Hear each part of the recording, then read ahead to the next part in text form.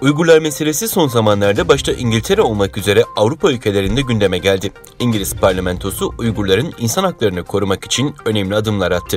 Çin'deki insan hakları sorunlarını etkilemek için çok çalışan Uluslararası Anti-Çin Milletvekilleri Birliği bu konuda aktif olarak rol oynuyor. Son zamanlarda Birleşik Krallık Parlamentosu'ndaki Uluslararası Çin Karşıtı Parlamenterler Birliği'nin 46 üyesi İngiliz hükümetini Doğu Türkistan'daki insan hakları ihlallerinden ötürü Çin hükümet yetkililerini yargılamak için derhal harekete geçmeye çağırdı ve İngiliz hükümetine bir dizi öneriler sundu.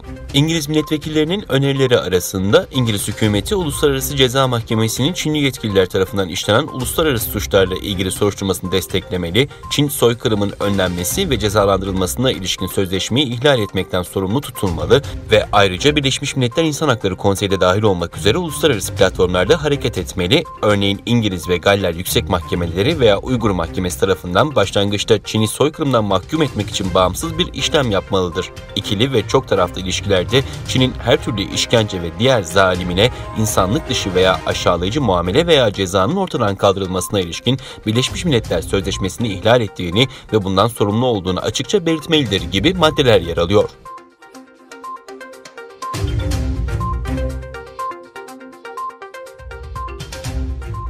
Yakın zamanda ABD senatörleri Tom Cotton, Chris Smith ve Tom Suozzi, Çin'in cezaevindeki mahkumlardan zorunlu organ nakillerini durdurmak için ortaklaşa bir yasa tasarısı yayınladığı bildirildi.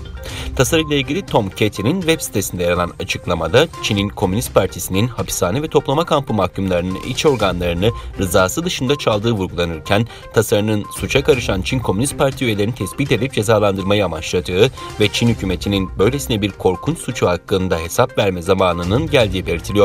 Tasarının önemi hakkında yorum yapan ABD Senatörü Chris Smith, yeni yasa tasarısına göre ABD Dışişleri Bakanlığı'nın iç organ toplayıcıları ve organ kaçakçılarının yanı sıra yerel siyasi suçlular ve Uygur esirlerinden zorla organ çalan yetkilileri belirleme, cezalandırma gibi etkili kısıtlayıcı önlemler almaya amaçladığını ifade ederken, tasarı bu tür zulmü ortaya çıkarmayı, ilgili suç gruplarının ve bireylerin damgalanmasını ve insan haklarını ihlal eden bu korkunç suça son vermeyi hedefliyor, dedi.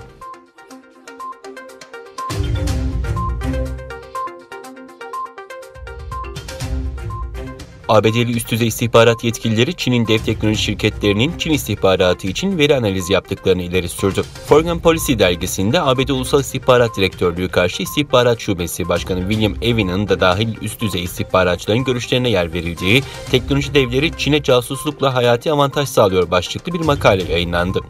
Makalede özel Çin şirketlerinin Çin'in istihbarat servisleri için çalınmış veriyi işlemeye yardım ettiği, ellerindeki veriyi de Çin'in güvenlik ve istihbarat teşkilatlarıyla paylaştıkları ileri sürüldü.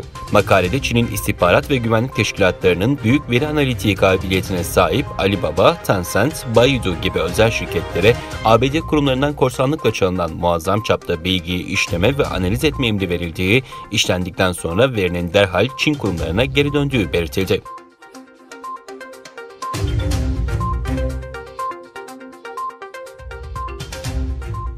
Çin'de ülkenin en büyük e-ticaret şirketi Alibaba hakkında anti-tekel soruşturması başlatıldı. Alibaba'nın patronu Jack Ma'nın 24 Ekim'de finansal kurumları eleştirdiği konuşması sonrasında yönetimle ilişkileri gerilmişti. Financial Times'ın haberine göre Çin'de piyasa düzenleyici otorite şikayetler üzerine Alibaba hakkında 24 Aralık tekel karşıtı soruşturma başlattı.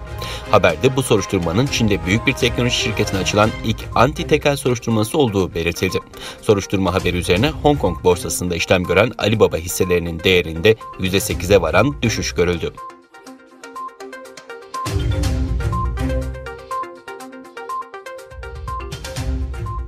Çin merkezli Sinovac'ın COVID-19 aşısının deneme çalışmalarının devam ettiği Brezilya'da araştırma sonuçlarının açıklanması için ek süre istendi. ABD merkezli Wall Street Journal'ın aktardığına göre Çin merkezli Sinovac, Brezilyalı araştırmacılar Endonezya ve Türkiye'deki Sinovac aşısının deneme sonuçlarını toplu olarak karşılaştırabilmek için 15 gün ek süre istedi. CoronaVac'ın 3. aşama denemelerini tamamlayan ilk ülke olan Brezilya'nın aşının etkinlik oranını çarşamba günü açıklaması bekleniyordu. Ancak São Paulo'da CoronaVac'ı test eden enstitü Sinovac'ın Endonezya ve Türkiye'de test süreçlerinin devam etmesi nedeniyle verileri ortak bir şekilde analiz etmek için 15 gün daha süre istediğini söyledi.